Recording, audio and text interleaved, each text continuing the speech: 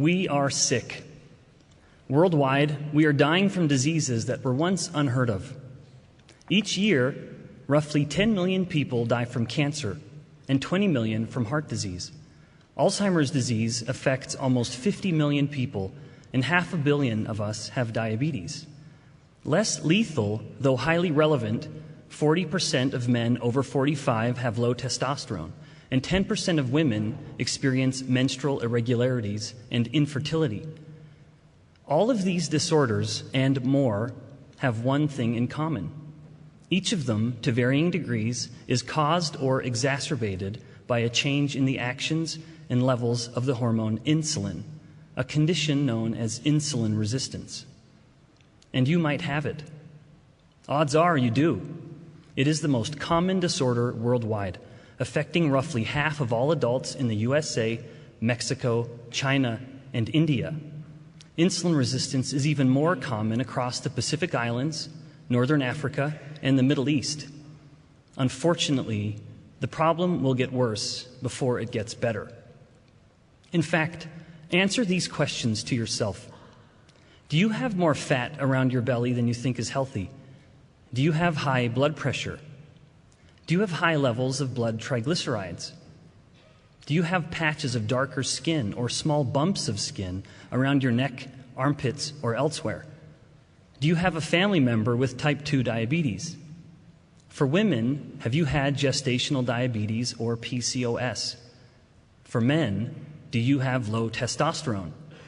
If you answered yes to 2 or more of these questions, you are likely insulin resistant.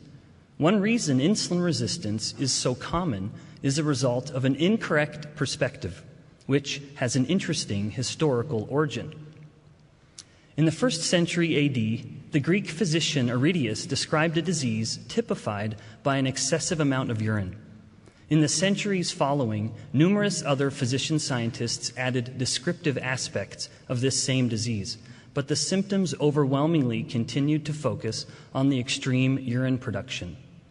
Indeed, this sign was so prominent and unique that the earliest name for the disease stemmed from the Greek word meaning passing through, which is diabetes. A noteworthy addition to this description of the disease was made in the following centuries by Indian and Chinese physicians, who added that the urine had an almost sweet taste, as if it were derived from honey, which further added the term mellitus. As a result of these historical accounts, conventional practice considers diabetes mellitus, both type 1 and type 2, to be diseases of glucose, or what's commonly called blood sugar. This perspective historically is understandable, given that the elevated glucose levels in the blood account for the 2 main obvious symptoms, the excessive production and unique taste of the urine. However, this perspective is also why type 2 diabetes, which is overwhelmingly most common worldwide, has become epidemic. Because it's wrong. Diabetes mellitus is not a glucose disease. What if these early physicians and scientists had not been so bold as to notice the taste of the urine? How would their perspective of the disease have changed if, rather than the taste, they noted the scent of the patient's urine and even breath? In such a scenario, the focus would likely be less on glucose and more on fat. After all, the unique scent is derived from acetone, which is a product and sign of excessive oxidation or burning of fat in the body, something that occurs when insulin is sufficiently low or, as with type 1 diabetes, altogether absent. In such a scenario, perhaps these early efforts to understand the disease would have focused on other features of the disease unrelated to glucose, but, as we would later learn, all relevant to insulin. Such a perspective would be valid and much more accurate. Diabetes mellitus is an insulin disease. In all aspects of life, a proper perspective is crucial to comprehension. If we view diabetes as a disorder of insulin rather than glucose, we come to a new paradigm on the 2 types of diabetes. Where they both share similarly elevated blood glucose, which is how they are both clinically identified by convention, they differ completely with regards to insulin levels. Whereas type 1 diabetes is caused by too little, type 2 diabetes is caused by too much. Due to statistical relevance and prevalence, let's discuss type 2 diabetes in more detail. When we consider type 2 diabetes to be a problem of excess insulin rather than simply excess glucose, two essential changes occur. We identify the disease earlier and we treat it better. First, insulin levels can be elevated decades before blood glucose levels begin to rise. This is a result of the body needing to make progressively more insulin in order to control blood glucose. In these early stages, insulin is elevated, but blood glucose is still normal, a state we know as insulin resistance. However, eventually, the body becomes so resistant to its own insulin that blood glucose begins to rise, and it's only then, with the rise of glucose, but not insulin, that conventional clinical diagnostics detect the disorder and classify it as diabetes. Again, the tragedy is that this glucose-centric perspective delays the detection of the disorder by several years. Second, a type 2 diabetic enjoys better health outcomes if we focus on lowering insulin rather than just lowering glucose. This is an essential aspect of truly understanding type 2 diabetes. The disease is simply a prolonged state of elevated insulin and a progressive loss of insulin's actions, or in other words, insulin resistance. If we merely try to control glucose, then a direct strategy is to simply increase insulin even higher. Of course, the most effective method to increase insulin is to inject insulin, increasing the already elevated insulin levels. Injecting insulin in a type 2 diabetic will indeed lower blood glucose.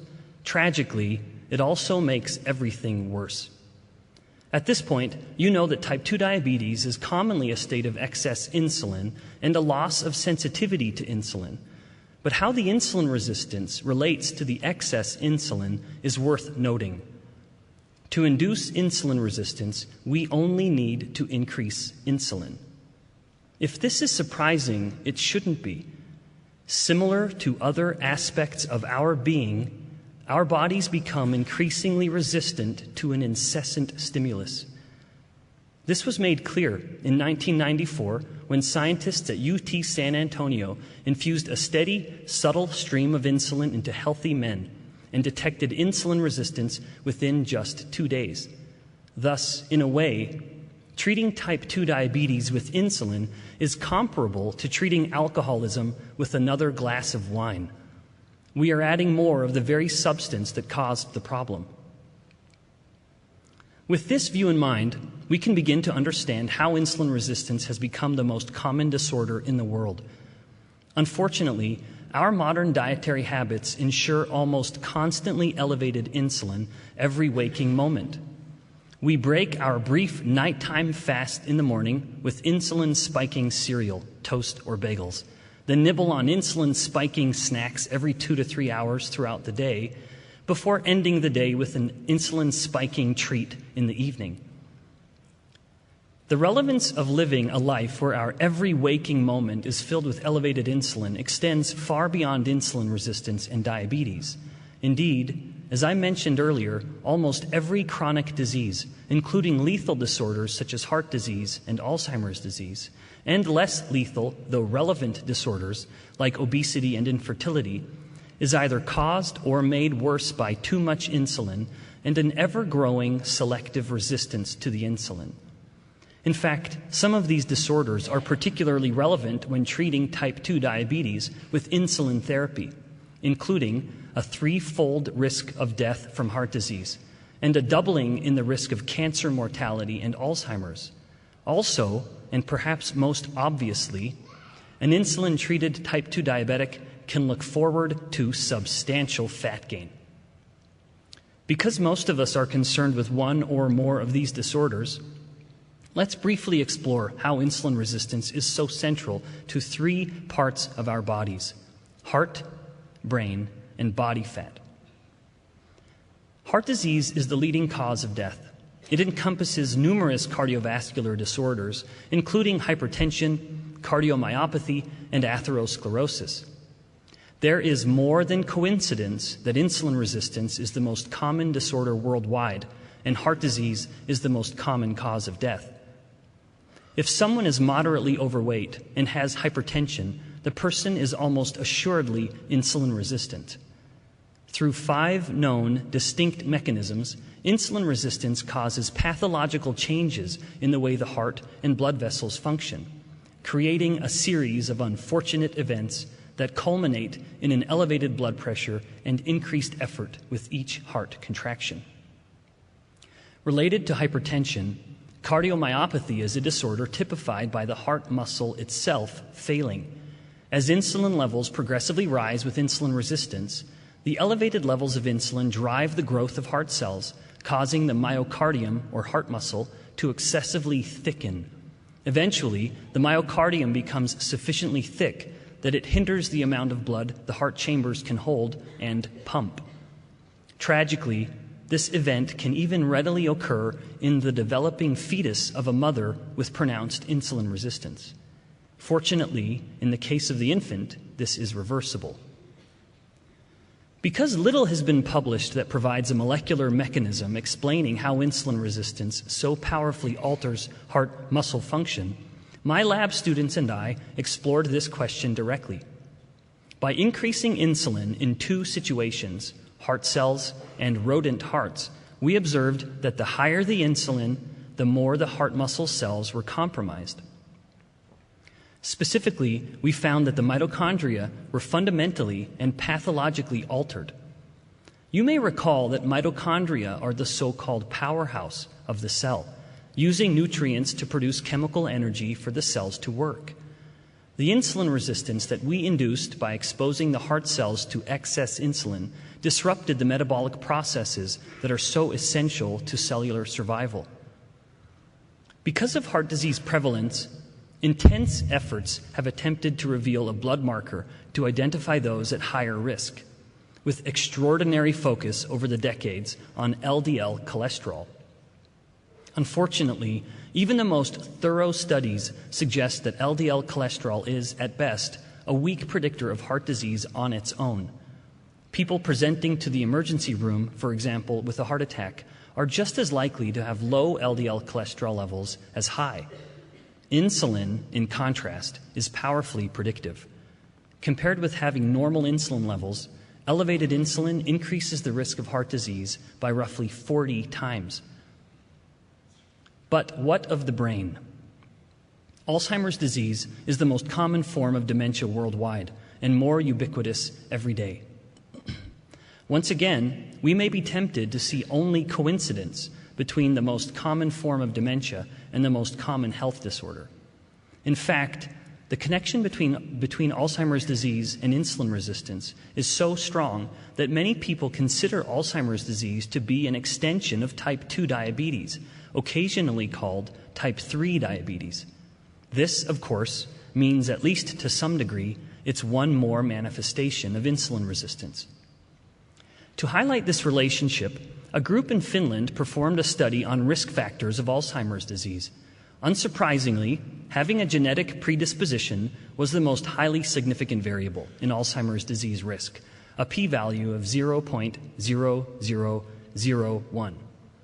The next most significant variable wasn't hypertension. It wasn't stroke. It wasn't smoking status or alcohol consumption. It wasn't even age, which had a p-value of 0.005. The next most significant variable was fasting insulin levels, with a p-value of 0.0005, an order of magnitude more significant than age. But it doesn't end there. Remarkably, of the 5 clinical tests used to determine insulin resistance in this study, every single one was statistically significant with an elevated Alzheimer's disease risk.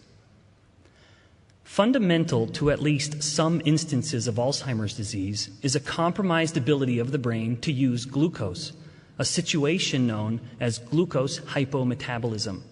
In fact, the greater the degree of brain glucose hypometabolism, the more rapid the onset of Alzheimer's disease, something detectable as early as the 4th decade of life.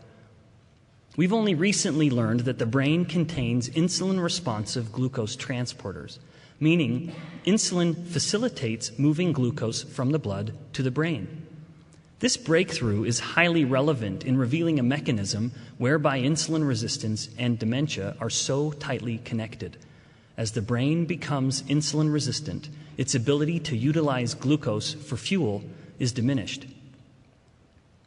As a brief aside, other neurological conditions appear to share a similarly compromised ability to use glucose as a fuel for the brain, including, to differing degrees, migraines, epilepsy, depression, and even some instances of autism.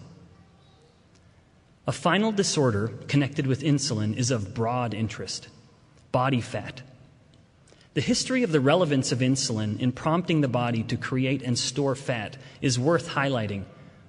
In 1923, Austrian physician-scientist Wilhelm Folta noted, "A functionally intact pancreas is necessary for fattening." He further documented that the most efficient way to fatten a human, calorie for calorie, was to include abundant amounts of food that increase insulin, which is created in the pancreas. In fact, insulin was so effective at promoting body fat, he used insulin injections to fatten people who suffered from anorexia or were considered too underweight. Around this same time, another physician referred to insulin as an excellent fattening substance. But this is an understatement. Folta had it right. Insulin is more than excellent at fattening. It is necessary. Indeed, I know of no circumstance in any organism that stores fat, from worms to humans and every animal in between, where fat mass can increase without elevated insulin driving the fat growth. Up to the present day, many scientific reports indicate that insulin therapy in type 1 and type 2 diabetes remarkably increases fat mass. Type 2 diabetics, who usually already struggle with weight, can readily gain 20 pounds within 6 months, and the higher the insulin dose, the higher the degree of fat gain. In type 1 diabetes, where insulin is absent at the outset of therapy, the changes in body fat are equally dramatic, and weight can change so rapidly that clothes no longer fit within just 1 week.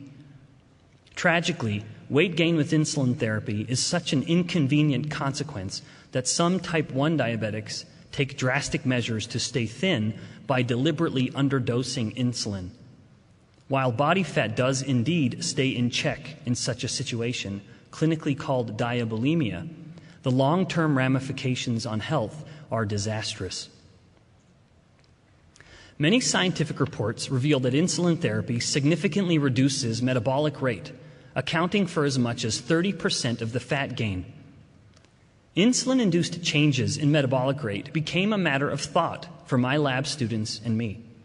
Before I mention our study, I need to inform you that we all have 2 types of fat on our bodies, distinguished from one another by metabolic activity. One fat type is used to store energy, which we call white fat. This fat has a very slow metabolic rate. The other type of fat, which we call brown fat, has a very high metabolic rate, 10 times higher than white fat. In fact, its metabolic rate, when active, is comparable to muscle. All of us have varying levels of white and brown fat, though the majority of our fat is the white storage fat. Not surprisingly, those with the higher amount or more active brown fat have a greater resistance to weight gain and insulin-related disorders. Our study sought to tease out the effect of insulin on these 2 distinct fat types. Corroborating previous studies, we found that increasing insulin increases the amount of white fat. However, our novel finding was that insulin pushes brown fat to act like white fat. In other words, insulin shifts metabolically active fat to behave like metabolically lethargic fat, thereby reducing metabolic rate and potentiating fat gain. Collectively, these findings help explain not only how metabolic rate is diminished with insulin therapy in diabetics, but also how metabolic rate is increased in non-diabetic humans when a lifestyle is effectively maintaining insulin at lower levels. Up till now, you may feel like I've been telling you a horror story. These plagues of prosperity tell a terrifying tale. Nevertheless, if it's been a horror story, it at least has a happy ending. Just as our lifestyle is a cause of so many of our chronic diseases, it can also be the cure. At this point, you're expecting me to give you a clear, simple solution, and here it is. We must control insulin to control metabolic health. There are myriad more and less effective methods to control insulin, but all of them revolve around the food we eat. These methods vary in proportion of fat, carbohydrate, and protein, the key macronutrients of everything we eat, as well as the frequency of eating. Unfortunately, while the myriad methods differ in efficacy, the voices promoting each of them all insist they know what's best. In fact, I think I know what's best to control insulin and metabolic health as well. And despite my reluctance, I am compelled to add my voice to the confusing chorus.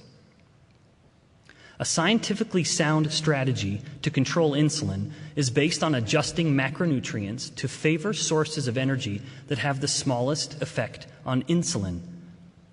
When carbohydrate is consumed in the form of pure glucose, very similar to eating a refined starch or sugar, insulin dramatically increases to well above 10 times over normal and, depending on the person, can remain elevated for several hours. Though this can vary, when a person eats pure protein, insulin will usually increase slightly over normal levels for a time. Remarkably, fat consumption, in contrast, has no effect on insulin. Based on these data and dozens of related clinical studies, 3 conclusions have become pillars for me. 1, we need to control carbohydrates. I'm not advocating the avoidance of an entire group of macronutrients. After all, carbohydrates include a remarkable range of foods. Rather, be smart about your selection of starches and take a little time to learn how they affect insulin.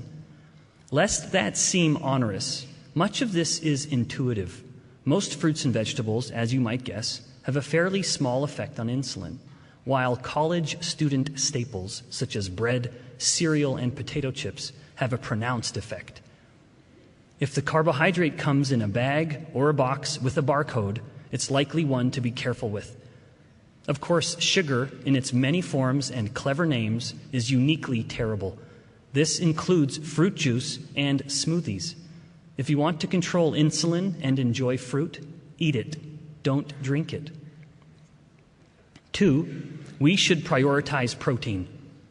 A case has recently been made in scientific literature that recommendations of dietary protein are insufficient for most people to maintain and promote muscle and bone mass, which is critical for maintaining good health and insulin sensitivity throughout life.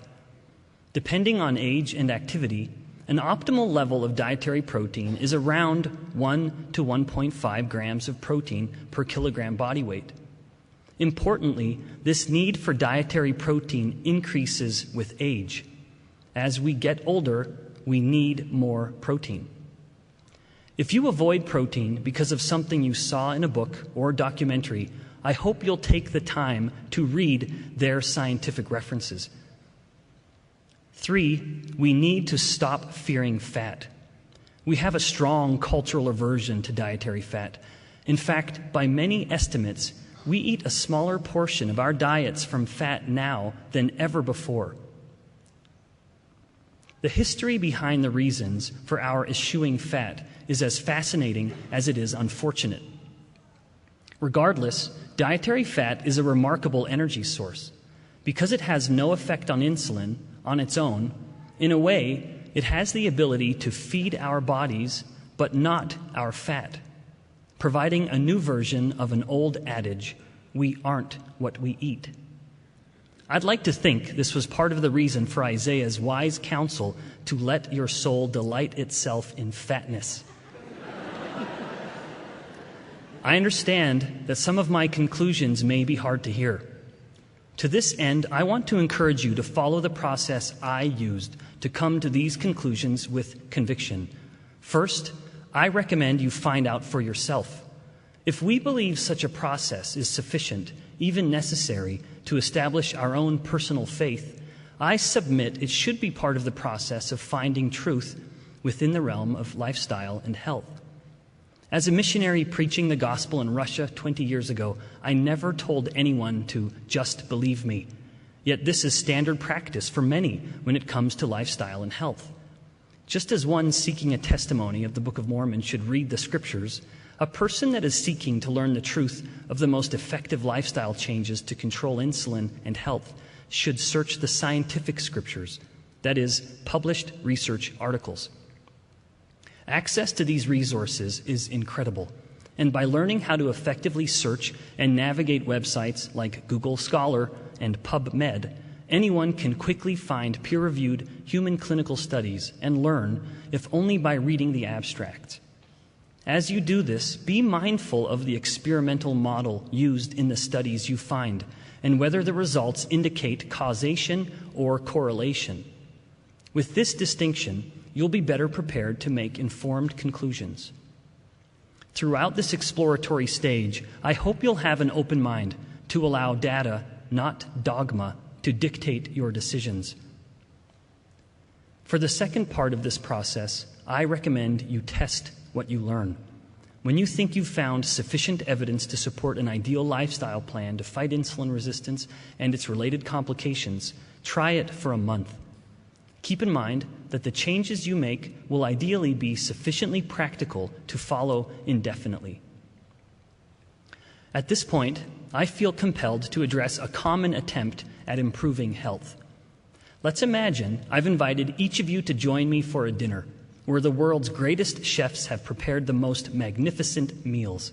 Naturally, you're excited to come indulge and determined to come hungry. What would you do to ensure you came to my dinner as hungry as possible? I suspect you would settle on two strategies. You would likely eat less for some period of time prior, skipping meals and generally eating very little, and you would likely increase your physical activity, deliberately exercising more or harder for some time in the days leading up to the dinner. This would work. You would come very hungry. But do these two strategies seem familiar? Eat less, exercise more. This has been our best metabolic advice for half of a century. While this advice may have some utility, especially if you know you're eating too much, has it really helped? Are we better? Can you see why it might not work in the long run?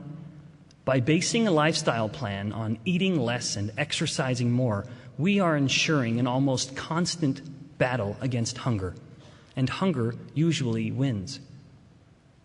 The third and final part of the process you can undertake to identify a lifestyle change to better control insulin is to be patient and endure the initial discomfort that comes with any change. Members of the Church of Jesus Christ of Latter-day Saints are not spared from the plagues of prosperity, these chronic diseases that stem from insulin resistance. In fact, evidence suggests we may suffer from them more than members of other religions. This should surprise us. As a faith, we have a unique conviction of the importance of our bodies. Indeed, we believe that the body and spirit constitute the soul of a person, and this soul, not just the spirit, is priceless in the sight of God. Our struggle with poor metabolic health is even more surprising when we appreciate that we have specific revelation about health, the word of wisdom, given to the prophet Joseph Smith. But could our cultural interpretation of the word of wisdom partly explain why we are so prone to prominent insulin-related disorders? I believe so. I suspect that our application of the word of wisdom has led to a dietary pattern that skews too heavily towards foods that increase insulin, particularly refined starches and sugar, and thus drive insulin resistance and the associated plagues of prosperity. After all, how often do we gather surrounding a table filled with ice cream and brownies, then offer a prayer of gratitude, including a supplication that the food bless us with health and strength? While I firmly believe Heavenly Father has a sense of humor, this may be pushing it a little too far. We should be wary of well-intentioned voices that claim to promote a word of wisdom diet. There is no such thing. Moreover, there is nothing to be gained by attempting to literally interpret the word of wisdom, and most efforts involve a selective interpretation that fits a preconceived conclusion. Prophets and apostles have divinely interpreted the application of the word of wisdom to include avoiding a short list of habit-forming substances, but they've not gone further, nor should we. As President Packer stated, the word of wisdom has not been spelled out in more detail. This then leaves tremendous room for personal interpretation and application. The word of wisdom is not a checklist, and, as President Joseph F. Smith suggested, one should use his or her wisdom, which can come from one's education and experience. For various health and personal reasons, where one member of the church chooses to eat a diet eschewing grains and focusing on vegetables and meat, another may choose to avoid meat and focus on grains and fruits. Insofar as both are shunning the few habit-forming substances that modern revelation has encouraged us to avoid, there should be no judgment among members of the church on how each differs in the application of the word of wisdom with regards to anything else. In other words, by following the very few precepts provided by divine direction, we need look no further into one's dietary habits, and we can be confident each abides by the word of wisdom, though it may be different for each of us. I have known members of the church to be the recipients of hostility from fellow members, and some have had a crisis of faith when they experience substantial health benefits after changing to a diet they initially felt conflicted with their interpretation of the word of wisdom. Similarly, it is naive to point a finger at a person waiting in line to buy a coffee or tea as we wait in line to buy a large soda. We should never claim moral superiority with the word of wisdom. While I don't believe there is any utility in attempting to apply a literal or singular interpretation of the word of wisdom, I certainly believe it contains valuable and timely information. For example, when I read those verses, as opposed to specific dietary advice, among other things, I hear a warning. We should be wary of what others tell us is best. A good example of this can be seen in the dietary recommendations by a prominent diabetes association within the United States. In 1987, Dr. Gerald Reaven, perhaps the most famous diabetes scientist, if such a thing is possible, conducted a clinical trial among type 2 diabetics to test the efficacy of the association's recommended diet. In his words, this diet focused on low-fat, high-carbohydrate foods containing moderate amounts of sugar. Within just 2 weeks, the type 2 diabetics placed on the recommended diet got demonstrably worse. Glucose and insulin climbed, while blood triglycerides and cholesterol spiked. Dr. Reaven accurately concluded that the recommended diet caused deleterious metabolic effects. As a life scientist at BYU, I enjoy being able to discuss the body's role as a temporal tool that helps us build an eternity. After all, there are eternal lessons best learned in a physical, even mortal body. Our bodies give us a certain degree of power, which, while enabling us to exert an influence on the world, are very often a focus of temptation. We are tempted to misuse the power these bodies provide us. I submit that a portion of our eventual judgment will be based on how we use the limited power these bodies give us, and, when found responsible with such power, we will show our capability to receive greater power. Additionally, some eternal lessons may have pedestrian origins, but be nevertheless relevant. For example, the discipline required to deny oneself a late-night sugary snack may foster a similar resolve to resist the temptation to anger or various forms of spiritual self-abuse. Of course, none of this is to say there will be a measuring tape at the pearly gates. We will certainly not be judged by our body size, but perhaps partly by how we treated our bodies. Without doubt, some inherently struggle more than others with metabolic health for numerous genetic and environmental reasons, and thus we should never judge. Nevertheless, there remains an inner zone in which we are sovereign unless we abdicate. As effective as our bodies can be at teaching us eternal lessons, we must never assume the temporal can replace the spiritual.